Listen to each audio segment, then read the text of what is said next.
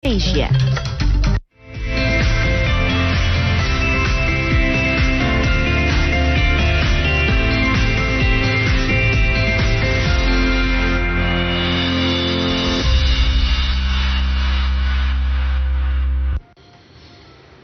Assalamualaikum warahmatullahi wabarakatuh. Selamat siang, apa kabar teman-teman hari ini? Suasananya kan masih suasana bulan Syawal, habis lebaran. Kalau kemarin kita belajar SD itu mata pelajaran matematika. Kalau hari ini biar makin afdol, momen Hari Raya Idul Fitrinya, gimana kalau kita belajar seputar halal bihalal? Halal bihalal. Wah, menarik nih. Apalagi hari ini hari Selasa, waktunya teman-teman SMP untuk bersama dengan kami dalam program Sinaunang Omah. Kak Putri tentu nggak sendiri, karena bersama Kak Putri sudah hadir. Ada Ustadz Muhammad Arif Fatwan SHI dari Sekolah Progresif Bumi Sholawat Sidoarjo. Ustadz Arif, Assalamualaikum. Waalaikumsalam. Alhamdulillah. Kabarnya gimana? Alhamdulillah baik ya. Sama-sama, Mbak Putri gimana juga? Alhamdulillah baik. Walaupun baru kali pertama ketemu, boleh ya minal aidin wal faidin ke Ustadz Arif? Sama-sama, minal aidin wal faidin juga. Mudah-mudahan kita bisa bertemu dengan bulan puasa Lebaran tahun depan. Amin, Allahumma amin. Itu harapan kita bersama. Belum sudah rindu soalnya. Jadi Ustadz Arif, kita kan hari ini mau bahas seputar halal bihalal. Banyak hal yang menarik seputar halal bihalal, dan hari ini situasinya berbeda dengan tahun-tahun sebelumnya. Dulu itu halal bihalal itu ya ketemu, kumpul-kumpul, ada opor, ketupat, bakso, sate ayam. Iya betul. Kalau sekarang secara virtual dengan bantuan teknologi, tapi mengurangi nggak ya makna halal bihalal? Kayaknya lebih panjang lebar lagi. Ustadz Arif nih yang bakal cerita. Iya, siap. Oke, jadi halal bihalal itu banyak maknanya, ya. Bisa kita maknakan bahwasanya halal bihalal itu saling minta maaf, ya. Saling minta maaf, iya. Betul. Dan kemudian saling memaafkan. Saling memaafkan, ya. Biasanya bahasa yang kita pakai itu kosong-kosong ya. Kosong-kosong gitu. ya. Tapi setelah kosong-kosong jangan ada lagi. Nah, ya. Benar. Karena takutnya kalau ada lagi kita ribet lagi nanti ke belakangnya. Ya, seperti itu. Dan halal bihalal sendiri itu memiliki makna dari kalimat bahasa Arab halal, yaitu artinya halal, seperti makanan halal. Oke? Makanan halal, kemudian bihalal dengan halal. Jadi halal ketemu halal gitu. Jadi kalau sudah kita minta maaf, maka kita yang dimintain maaf juga harus mau memaafkan. Jangan sampai ada di antara keduanya ini kesenjangan lagi atau permusuhan lagi, seperti itu kira-kira. Wah, jadi setelah halal, setelah saling memaafkan, bukan berarti kemudian ke KUA. Ini ngomong apa sih? Oke. Maaf ya teman-teman ya. Jadi kalau ada pertanyaan, daripada Kak Putri kasih pertanyaan ke Ustadz Arif ini ngawur, teman-teman kalau ada pertanyaan, boleh Kak Putri buka line WhatsApp seperti biasa di 0823 389 9899. Seperti biasa, pertanyaannya Kak Putri terima melalui teks. Jadi diketik, jangan miss call, jangan telepon. Nanti Kak Putri susah baca pesan-pesan yang masuk. Ketik nama, sekolahnya di mana, kota kabupatennya mana, pertanyaannya apa. Kalau ada pertanyaan, kirim-kirim salam aja juga boleh ya. Di 0823 389 9899. Kembali ke Pak Arif. Jadi kita lanjut ini mulai bicara soal halal bihalal, mulai dari slide pertama kita. Teman-teman bisa mulai fokus ya, kalau mau siapin alat tulis, monggo, silahkan. Ya, halal bihalal dalam istilah Islam adalah bisa kita artikan dengan saling ikhlas, saling ridho, saling memaafkan dengan senang hati yang tulus, ya, saling senang, dan dengan bahasa yang kita pakai seperti yang saya sebutkan tadi, kosong-kosong ya, gitu.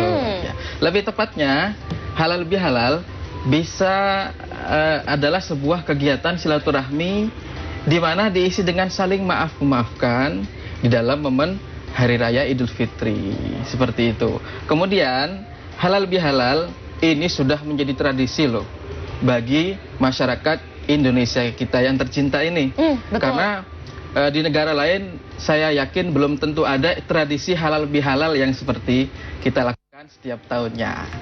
Dan diambil dari bahasa Arab, namun Arab sendiri saya yakin tidak akan mengerti makna daripada halal bihalal. Oh, jadi di sana tidak dikenal terminologi halal bihalal Halal malah. bihalal. Meskipun kalimatnya diambil dari bahasa Arab. Oh. Dan menurut gramatika Arab sendiri nih, jadi halal bihalal itu tidak sesuai dengan gramatika. Jadi Nggak sesuai asal-asalan grammar. comot-comot.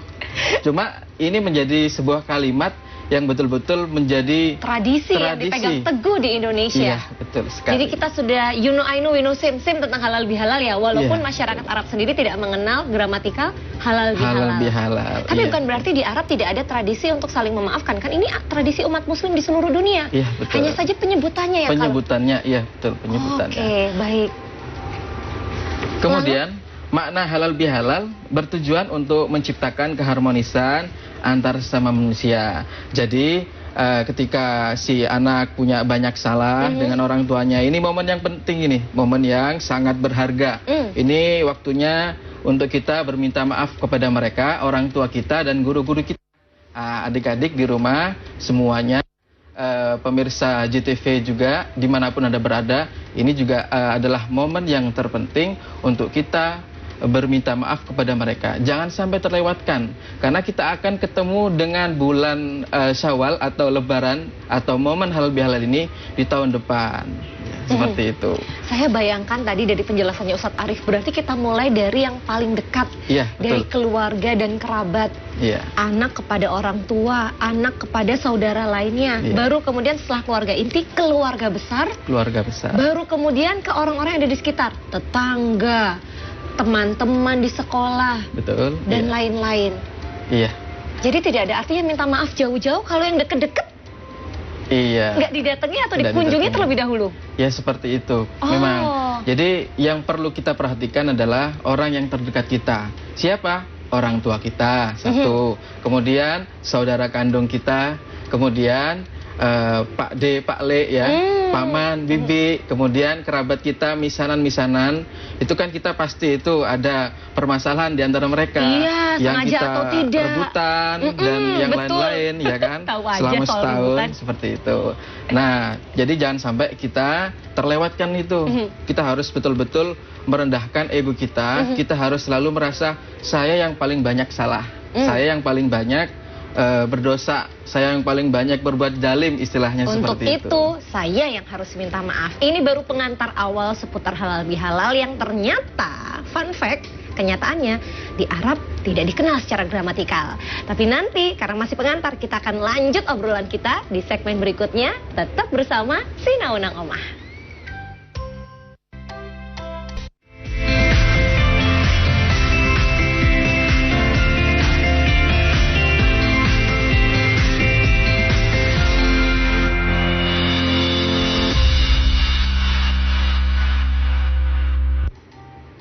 Terima kasih untuk yang masih setia bergabung bersama dengan program Sinaunang Omah hari ini. Sekedar informasi, tiap hari itu jenjang pendidikannya berbeda.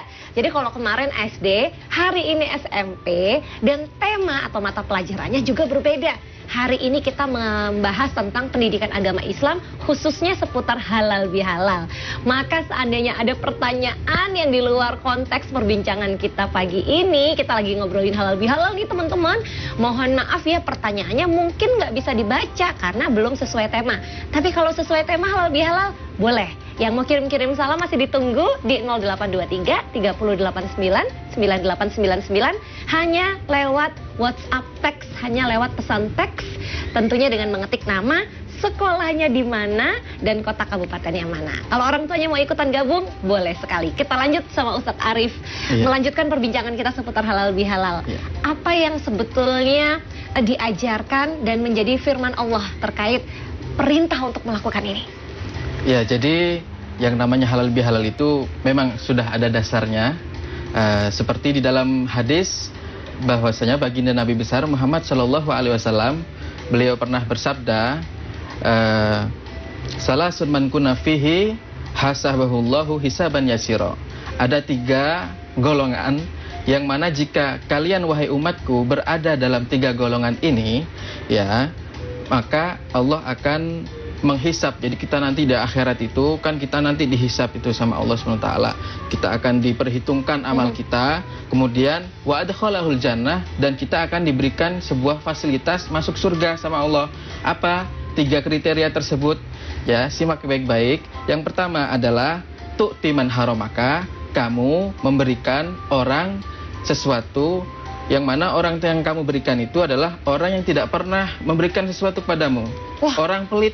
Justru memberi sesuatu ke orang yang tidak pernah memberikan apapun kepada kita. Iya, betul. Itu nilai pahalanya tinggi. Tinggi. Wah. Seperti itu. Kemudian yang kedua adalah tasiluman kotoaka, kamu menyambung silaturahmi kepada orang yang memutus silaturahmi kepada kamu.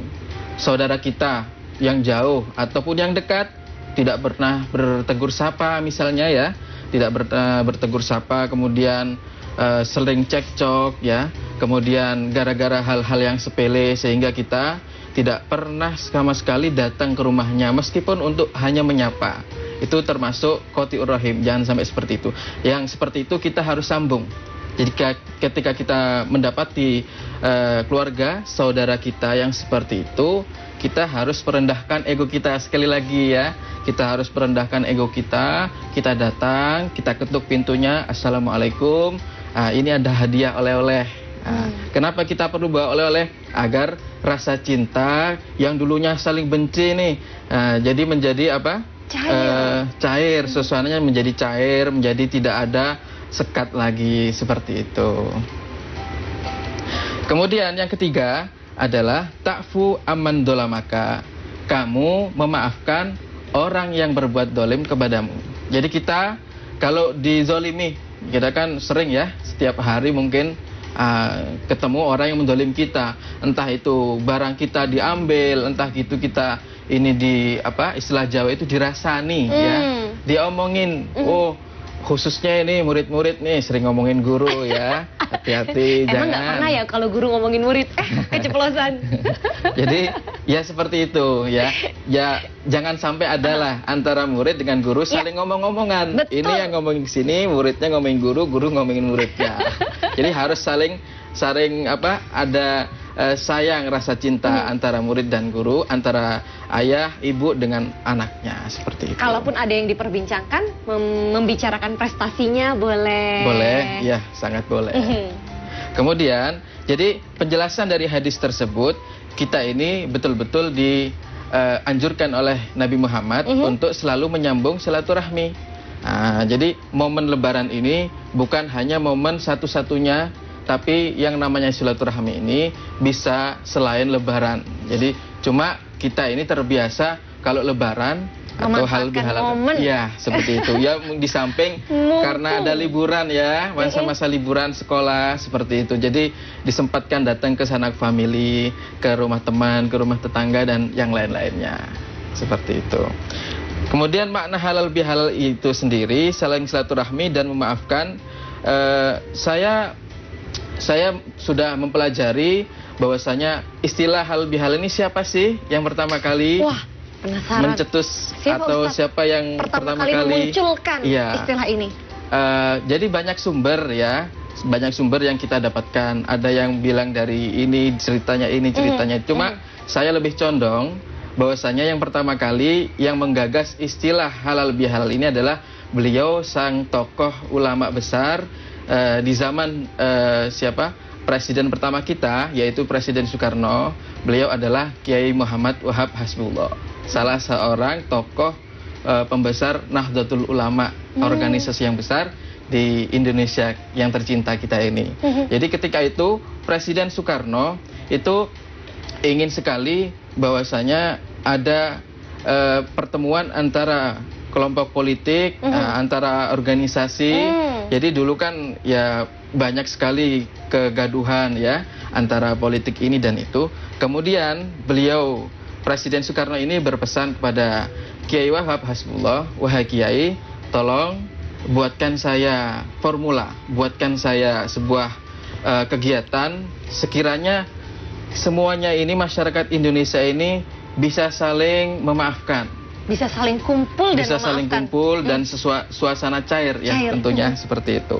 Kemudian beliau Kiai Muhammad Wahab Hasbullah itu membuat istilah halal bihalal. Seperti itu kurang lebihnya. Oh, jadi ternyata Iya. kalau bicara sejarahnya, sekalipun di Arab istilah halal bihalal ini tidak dikenal ya di Arab Saudi sana, walaupun dari bahasa Arab, ternyata di Indonesia pemicunya justru ketika awal kita masih dalam era kemerdekaan, semua pengen kumpul, cair, begitu. Iya, betul. Seperti itu ya. Nggak ngira ada latar belakang politik di baliknya, tapi menarik. Menarik Karena sekali. akhirnya menjadi budaya yang betul-betul dikenal dan dilakukan oleh seluruh masyarakat, bahkan yang tidak beragama Islam pun juga melakukan hal ini Iya, betul sekali. sebagai bentuk toleransi antar umat Toleransi, beragama. Ini iya. luar biasa.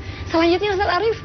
Kemudian ya karena sekarang ini ya momen Lebaran, tapi masa-masa pandemi ya, COVID-19 dan sebagainya. Jadi yang biasanya ngaji, belajar online, kemudian belanja online, Lebaran juga Lebaran online. Jadi Lebaran online kita karena Islam itu sangat indah ya, tidak harus menuntut kita untuk saling bertemu ketika keadaan tidak mendukung. Jadi ketika keadaan tidak mendukung seperti saat ini, kita itu dianjurkan untuk menggunakan HP kita mungkin ya, kita lewat telepon, kita hubungi ayah kita kalau kita berada di tempat yang jauh. Bagi anak misalnya ada di Sumatera, kemudian orang tuanya ada di Jakarta, seperti itu. Dan itu tidak mengurangi esensi Iya. dari Lebaran, Iya. sekalipun tidak bertemu secara fisik ya Iya, Ustaz. betul, sama sekali tidak mengurangi esensi dari makna Lebaran tersebut. Karena pada hakikatnya Lebaran itu yaitu saling minta maaf itu, yang penting kita itu sama-sama tahu, sama-sama mengerti, oh di sana sudah memaafkan kita dan kita sudah meminta maaf kepada mereka.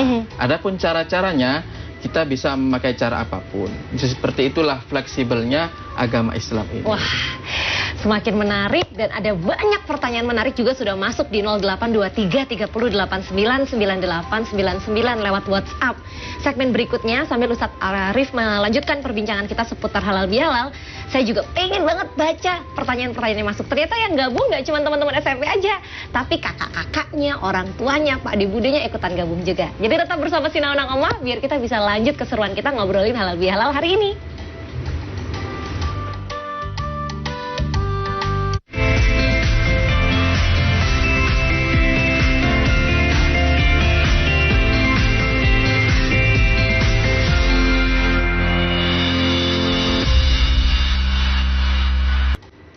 Terima kasih untuk yang sudah menyapa melalui pesan WhatsApp di 0823 3089 9899. Contoh yang bagus ini sudah sebut nama, sekolahnya di mana. Ada Dian di Madiun, kelas 2 SDN Mojorayung 1. Terima kasih sudah setia nonton Sinaunang Omah ya. Terus ada juga pertanyaan yang sangat menarik. 2 pertanyaan yang kebetulan datangnya bukan dari siswa atau siswi, tapi justru dari kakaknya ini kayaknya, atau orang tuanya. Mau nanya nih Kak, Assalamualaikum sebelumnya. Waalaikumsalam warahmatullahi wabarakatuh. Si Faul Mustaina dari Mojokerto. Pertanyaannya, kalau kita belum kenal sama seseorang, apakah kita sudah mempunyai kesalahan? Tolong penjelasannya Ustadz Arief. Pertanyaannya menarik nih, karena zaman sekarang teknologi berkembang dengan demikian pesat. Kak Putri mungkin ngerasa Kak Putri nggak kenal pemirsa satu-satu yang lagi nonton acara Sinaunang Omah. Iya, Tapi Kak Putri nggak ngerti kemarin-kemarin waktu siaran, hari ini waktu siaran ada omongan yang menyinggung dan ternyata itu menyakiti. Berarti Kak Putri punya salah dong, walaupun tanpa sengaja. Terus gimana cara halal bihalalnya, Ustadz Arief? Iya, betul. Jadi seperti pertanyaan seperti itu sangat cerdas sekali ya. Betul. Saya yakin belum ada pertanyaan seperti itu yang Belum lainnya. pernah ada Iya. sebelumnya, baru kali ini nih. Jadi begini, yang namanya kesalahan ya, kita pasti memiliki kesalahan. Kemudian urusan kita kenal dengan orang, kemudian apakah kesalahan itu sebatas dengan orang yang kita kenal saja, ataupun kita punya salah kepada orang lain yang belum kita kenal. Maka di sini kami katakan bahwasanya untuk minta maaf itu harus kepada segalanya, segala umat. Seperti Semua itu ya. makhluk tanpa Semua terkecuali. semua makhluk tanpa terkecuali. Kalau kita tidak minta maaf, ya ditakutkan nanti ketika kita berada di kehidupan selanjutnya, kita menghadap Allah, ya, kita takutnya dihisap. Jadi orang-orang yang memiliki merasa didolimi, ya, kita naik sepeda misalnya, kemudian kita nggak kenal nih ada pengendara lain, ya betul, terus kecipratan air pas lagi hujan, air, ngipratnya di warung kopi, orang yang lagi minum kopi, dan kita nggak merasa seperti itu, ya kan, tetap kita melakukan kesalahan, tapi tetap ada solusinya. Bagaimana cara minta maafnya? Nah, seperti itu, ya. Jadi kita jika melakukan sebuah kesalahan, namun kita tidak bisa berminta maaf dikarenakan kita tidak kenal, jarak yang sangat jauh, dan yang lain-lain, bahkan mungkin orang yang kita dolimi sudah meninggal misalnya. Nah, seperti itu, maka kita harus membacakan istighfar, minta ampun, kita doakan kepada mereka kaum muslimin muslimat. Oleh karena itu, maka setiap selesai sholat itu ada bacaan wirid. Astagfirullahaladzim, li wali walidayya wali ashabil hukukil wajibati alayya wali jami'il muslimina wal muslimat. Maka kalimat yang harus kita garis bawahi, wali ashabil hukukil wajibati alayya, ya Allah, aku minta maaf kepada mereka yang telah aku renggut haknya, yang telah aku dolimi tanpa sengaja, tanpa sepengetahuanku. Sehingga ketika kita juga bertemu di padang mahsyar, di akhirat nanti, Allah itu akan memanggil kita. Allah juga akan memanggil orang yang dulu pernah terlukai oleh kita, ya, tanpa betul, kita lewat sengaja. Medsos kita, ya, lewat kelakuan kita, seperti itu. Kemudian orang yang tidak terima ini menuntut, ya Allah, aku dulu pernah didolimi orang itu. Ya Allah, dulu dia pernah meludah, dia tidak sengaja tapi mengenai aku. Ludahnya kena aku. Iya, betul. Ini saya akan menuntut, saya mohon itu pahalanya dilimpahkan ke saya karena dia punya salah, seperti itu. Udah kayak persidangan ya di padang mahsyar, ya? Iya, betul, betul. Jadi kemudian Allah itu menunjukkan sebuah istana di dalam surga. Wahai orang yang didolimi, engkau lihat ke sana. Nah, di sana itu ada sebuah surga, ya. Kamu ingin surga itu enggak? Kemudian orang yang didolimi, saya mau. Kemudian seperti itu. Nah, kalau kamu mau, syaratnya kamu harus mau memaafkan orang tersebut. Ini kalau kita sering-sering membaca wirid yang setelah sholat 5 waktu itu, yang kita baca astagfirullahaladzim li walil walidayya, artinya, ya Allah, aku minta maaf kepada orang tuaku, li walil walidayya, dan orang yang telah aku renggut, yang telah aku dolimi, yang telah aku curi, yang telah aku berbuat kesalahan kepada mereka, sengaja ataupun tidak sengaja, seperti itu. Wali jami'il muslimin wal muslimat, aku minta maaf juga, ya Allah, kepada mereka kaum muslimin dan muslimat dimanapun mereka berada. Itulah gunanya bacaan wirid, ya. Mudah-mudahan ini adik-adik pemirsa JTV di rumah, setelah sholat jangan langsung pelencing, jangan langsung sudah selesai kewajibanku, sholat fardu, iya, nonton TV lagi. Iya, salah betul. Ternyata. Setelah salam, assalamualaikum, kemudian langsung ngambil gadgetnya, langsung ke meja makan dan langsung menghidupkan kendaraannya. Jadi duduk dulu. Diulangi sekali lagi. Astagfirullahaladzim. Li wali walidayya wali ashabil hukukil wajibati alayya wali jami'il muslimin wal muslimat wal mu'minin wal mu'minat. Ya, seperti itu. Jadi insya Allah dengan wirid yang kita bacakan setiap habis sholat, baik fardu maupun sunnah, Allah akan memudahkan kita untuk dimaafkan oleh orang-orang yang tadinya merasa terdolimi oleh kita, baik sengaja atau tidak. Wah, menarik ya. Selalu ada jalan kalau di agama Islam itu untuk kita sesama manusia saling memaafkan dan bersama-sama menuju surganya Allah. Jadi enggak aku masuk surga, kamu enggak. Kamu masuk surga, aku enggak. Tapi kita bersama-sama masuk surganya Allah. Iya, mudah-mudahan jawaban tadi bisa mewakili untuk semuanya, ya. Dan mudah-mudahan bisa bertambah ilmunya dari jawaban saya tadi. Allahumma amin. Betul-betul terjawab. Saya juga sampai betul-betul terpesona dengan jawaban itu. Semakin mengenal agama Islam dan semakin dekat dengan Allah.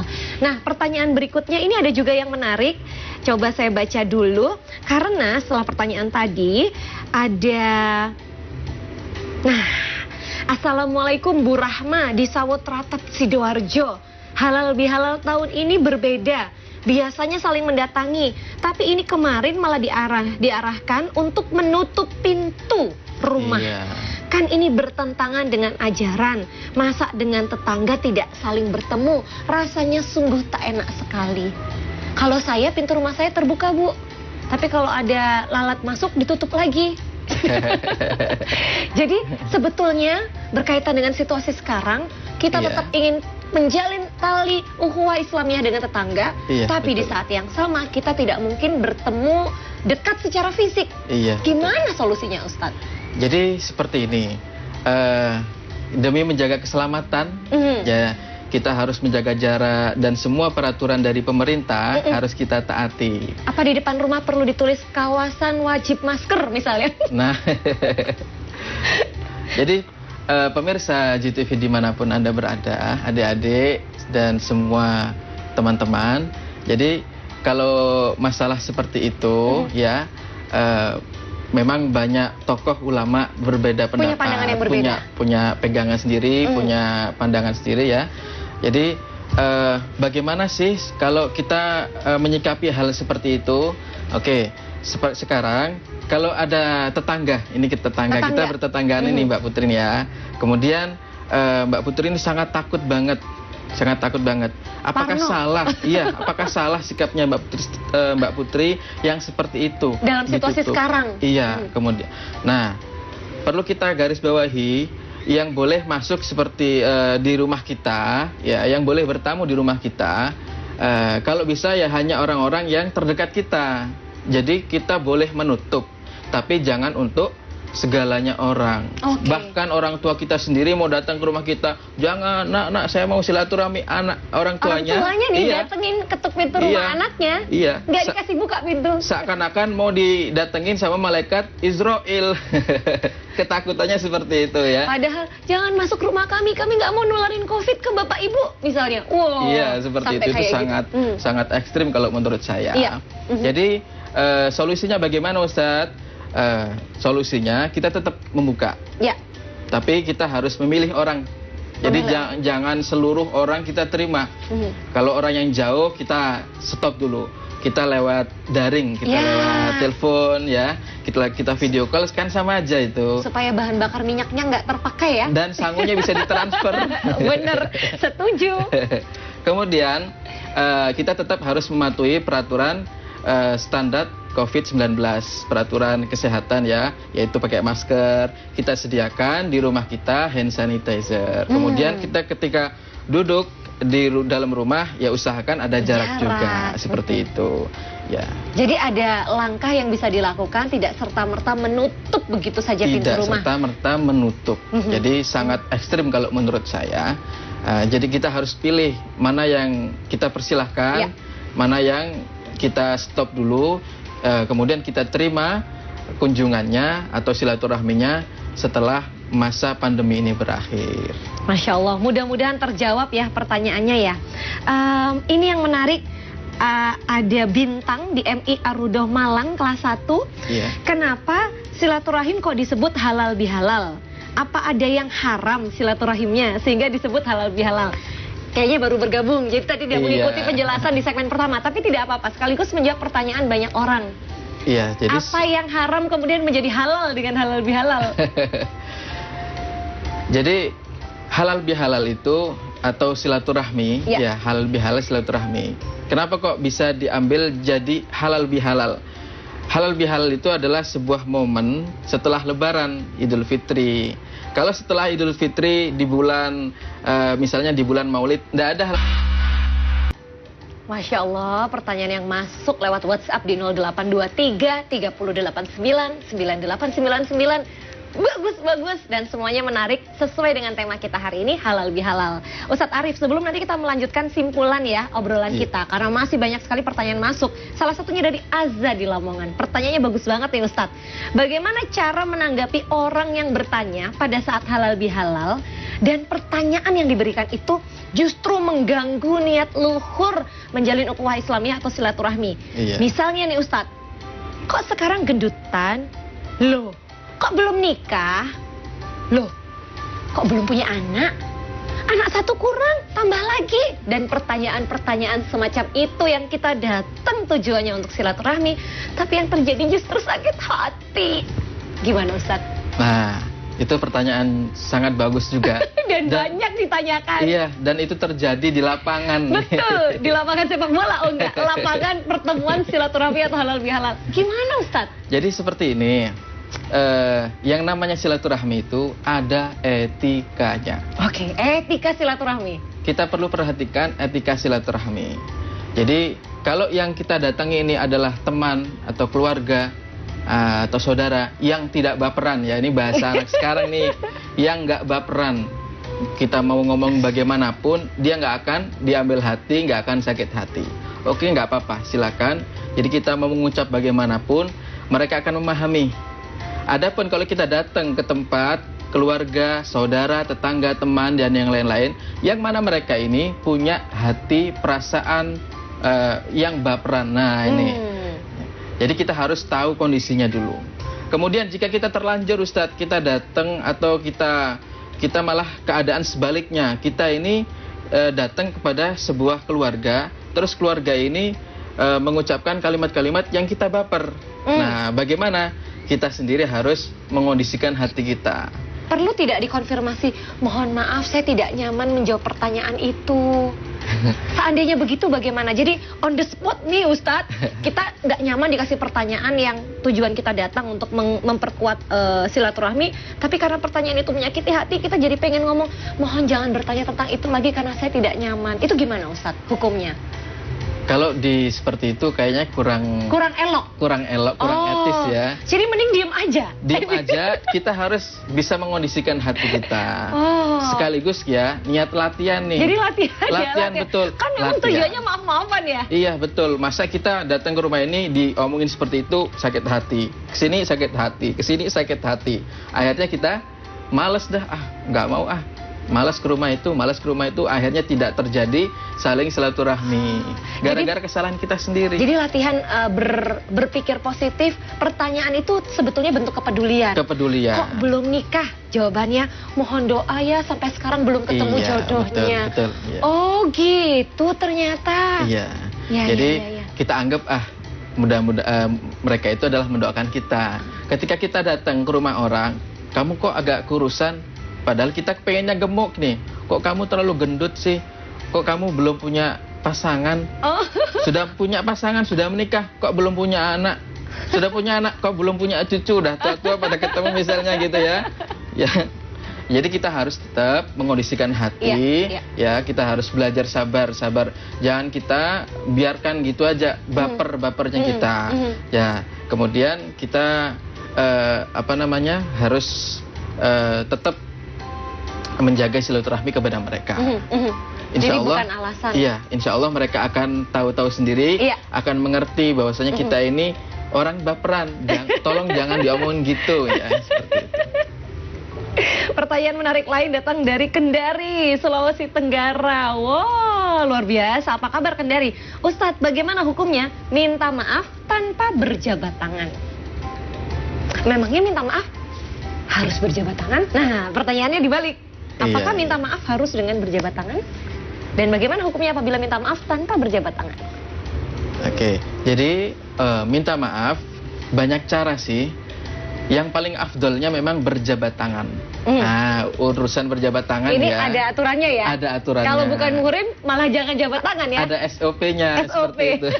Standar operasional prosedur permohonan maaf berjabat tangan. Jadi kalau kita bertemu dengan sesama jenis, laki-laki dengan laki-laki ya, ataupun kita dengan lawan jenis tapi dia masih ada hubungan mahram dengan kita, entah itu ibu kita, saudari kandung kita, anak putri kita, ataupun menantu kita, ataupun keponakan kita, itu tidak apa-apa. Mereka cium tangan kita ataupun kita yang cium tangan kepada mereka.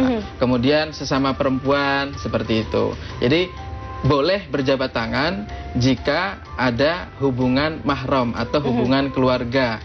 Ya, ada 9. Ya, sedarah. Seperti itu. Itu jadi yang paling afdol. Kalau ke ipar Kalau ke ipar tidak boleh, Tidak boleh. karena beda. Kalau berbeda jenis kelamin Iya. ya. Kalau iparnya sama jenis kelamin. Sama jenis kelamin tidak apa-apa. Ini sama-sama. nyambung pertanyaannya soalnya Ustadz, pas banget. Aisyah di Gempol, gimana menanggapi misanan yang minta salaman sama kita padahal bukan muhrim? Misanan minta Iya. salaman padahal bukan muhrim. Misanan ini apa sih? Misanan itu anak Sepupu. paman kita. Oke. Kita punya bibi, kita punya paman, mereka punya anak, Sepupu. ya sepupu, Oh, sepupu itu bukan muhrim Ustadz? bukan muhrim. Oh, Bukan muhrim. saya salah kira selama ini. Saya kira sepupu laki-laki perempuan adalah muhrim, bukan? Bukan. Oke, baik, terkonfirmasi. Jadi belajar banyak kan? Dilanjut Ustadz, monggo. Bagaimana ini untuk yang bukan muhrim? Untuk yang bukan muhrim, kita boleh, tapi ada syaratnya. Jangan sampai kita bersentuhan dengan kul. Oh, jadi kalau beliau sudah begini mengajak salaman, kita Iya, begini ya? Iya, seperti itu. Menarik. Nggak apa-apa, tapi harus ada lapisan kulit kain kita Kain. lapisi ya. Seperti itu. Jadi sekarang kalau halal bihalal pakai sarung tangan untuk pelindung juga sekaligus untuk menjaga tidak terjadi sentuhan. Itu terlalu ekstrim kalau menurut saya. Karena di zaman Nabi Muhammad SAW, beliau dulu itu membaiat. Jadi para sahabat ada yang mau masuk Islam. Aha. Dulu itu ketika para sahabat ada yang mau masuk Islam ini. Ya Rasulullah, wahai Nabi Muhammad, saya ingin masuk Islam. Oh, seperti itu. Kemudian Nabi Muhammad itu membaiat.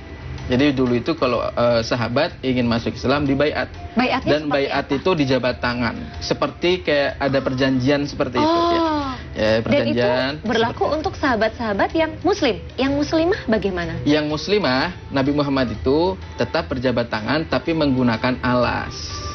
Oh. Seperti itu. Jadi Bentuk alasnya seperti apa ya Ustadz? Supaya seperti tidak... kain. Jadi Kain. Oh, kain kita yang- punya selendang, ya, selendang. Kemudian kita berjabat tangan, kepegang tangannya seperti itu ya. Kepegang tangan pemirsa. tapi tidak bersentuhan secara Tidak langsung. bersentuhan secara langsung. Karena ada medium kain. Iya, betul, seperti itu. Triknya bisa kita teladani dari Rasulullah SAW. Iya, betul. Wah, oke, baik. Ustadz, masih banyak pertanyaan menarik lain. Terima kasih yang sudah bergabung di 0823 389 98 99. Adik sama kakak apa boleh salam-salaman? Silvi dari Jakarta. Adik sama kakak, pertanyaannya adik kakak kandung sedarah atau adik kakak ipar atau adik kakak tiri? Nah, Iya. mungkin kita harus memperjelas muhrim itu apa? Iya, mungkin. Supaya pertanyaan ini sekaligus menjawab semua pertanyaan teman-teman lain yang baru bergabung. Iya. Jadi adik kakak ini kan banyak maksudnya ya. Ini adik kakak Adik kakak, apa adik kakak. gimana kan? Oh benar, Ini lagi adik kakak zaman ketemu nih. gede. Iya. Assalamualaikum kakak. Waalaikumsalam adik. Waalaikumsalam. Udah makan belum kak? Gitu ya kan. Jadi Wah, Ustadz pengalaman nih, pasti banget kasih contoh yang ini. jadi adik kakak kalau hubungan darah Aha. sama-sama orang tuanya sama seperti itu ya. Jadi boleh salaman. Boleh. Boleh salaman seperti itu. Kemudian untuk masalah hubungan mahram ya, yang bisa saya sebutkan dan biasanya yang gampang diketahui bahwasanya yang mahram boleh berjabat tangan dengan kita atau kita kalau menyentuh tidak batal wudhunya Iya. ya, seperti itu. Yang pertama adalah ibu kita. Ini kita membahas yang perempuan dulu. Iya, oke. Mereka perempuan-perempuan yang boleh kita sentuh kulitnya. Untuk laki-laki ya, untuk Iya. laki-laki, perempuan siapa saja yang boleh tersentuh kulitnya? Iya, Adalah. betul. Iya, yang pertama adalah ibu kandung kita. Mhm. Ibu kandung. Kemudian yang kedua nenek kita. Kemudian yang berikutnya adalah bibi kita. Bibi itu saudari kandung dari ayah Atau ibu. atau ibu. Mhm. Kemudian yang berikutnya adalah anak kandung kita. Iya. Kemudian menantu kita. Oh, menantu boleh. Menantu boleh, ya. Kemudian cucu kita, Iya. seperti itu. Seperti itu kurang lebih jumlahnya itu tadi. Ya. Kurang lebih yang sering kita temui. Iya. Adapun selain itu, ya mungkin bisa ditanyakan lagi lewat WhatsApp nanti biar bisa diperjelas. Ya. Nanti ada hukum-hukum yang lain. Jadi seperti itu kurang. Maka kebalikannya bagi perempuan yang mahram adalah bapak, kakek, paman dari paman. bapak dan ibu, Iya. kakak laki-laki, Kakak. saudara kandung ya, Iya. atau adik laki-laki. Adik laki-laki. Kemudian juga nantinya akan punya menantu Menantu laki-laki laki-laki. dan cucu laki-laki. Cucu laki-laki, Oke. seperti itu. Baik, terbayang, sudah jelas Iya. perbedaannya. Alhamdulillah. Kalau ternyata di luar lingkaran itu tadi triknya. Mungkin pada saat momen nanti kita tahun depan mudah-mudahan halal bihalalnya bisa kumpul. Iya, betul. Kalau memang merasa sungkan untuk menolak, maka tangan boleh dilindungi oleh kain, dilapisi kain. Iya.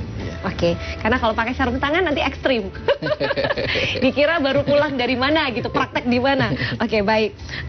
Pertanyaan lain mudah-mudahan terjawab ya. Ini tadi pertanyaan kakak ipar, sudah terjawab ya? Karena yang bertanya tadi bagaimana apabila kakak ipar. Kemudian yang sudah bergabung lagi, nah ini dia, Aisyah Maharani di Jawa Tengah. Bagaimana cara menolak yang baik apabila ada yang bukan mahram mengajak salaman? Ini pertanyaan teknis banget ya, semua seputar salaman, karena itu yang membuat kita pada saat momen halal bihalal itu betul-betul merasa kan hubungan kita antar manusia nih ada sungkannya. Iya. Kalau ternyata menolak itu tadi ya. Iya. Jadi pertanyaannya bagaimana cara menolak yang baik? Apabila ada yang bukan mahram mengajak bersalaman. Ya, seperti itu. Biasanya di film-film komedi itu kalau ini kita Iya. bicara komedi ya, itu yang laki-laki, yang saya perempuan misalnya. Dan kita bukan muhrim. Kemudian yang laki-laki ingin nyosor gini aja, pengen salaman. Kita mundur seperti itu. Itu berarti kita memberikan isyarat kepada si laki-laki, Kita maaf saling Bang. memaafkan, tapi maaf, Iya. saya tidak bisa menyentuh karena kita bukan mahram. Seperti itu kurang lebih. Jadi pakai isyarat yang halus. Iya. Kalau si laki-laki atau perempuan itu mengulurkan tangan seperti ini, ya, kemudian kita harus seperti ini. Insya Allah saya yakin orang Indonesia cerdas Sudah semua. Paham. Itu bukan bentuk penolakan kepada ajakan bermaafannya, Betul. tapi penolakan pada sentuhan fisiknya karena bukan mahram. Iya. Oke, masih ada segmen terakhir ini ya. Nanti saya akan coba baca-baca lagi. Mudah-mudahan tidak ada pertanyaan yang terlewat, dan saya mohon maaf pertanyaan-pertanyaan yang di luar konteks yang sedang kita perbincangkan seputar halal bihalal tidak saya baca. Tadi ada yang tanya soal riba, Lailatul Qadar, mohon maaf tidak kita bahas untuk hari ini ya. Setelah ini segmen terakhir saya masih akan baca pesan-pesan yang sudah masuk di 0823 3089 9899. Jadi sabar dulu. Tetap bersama si Naunang Omah.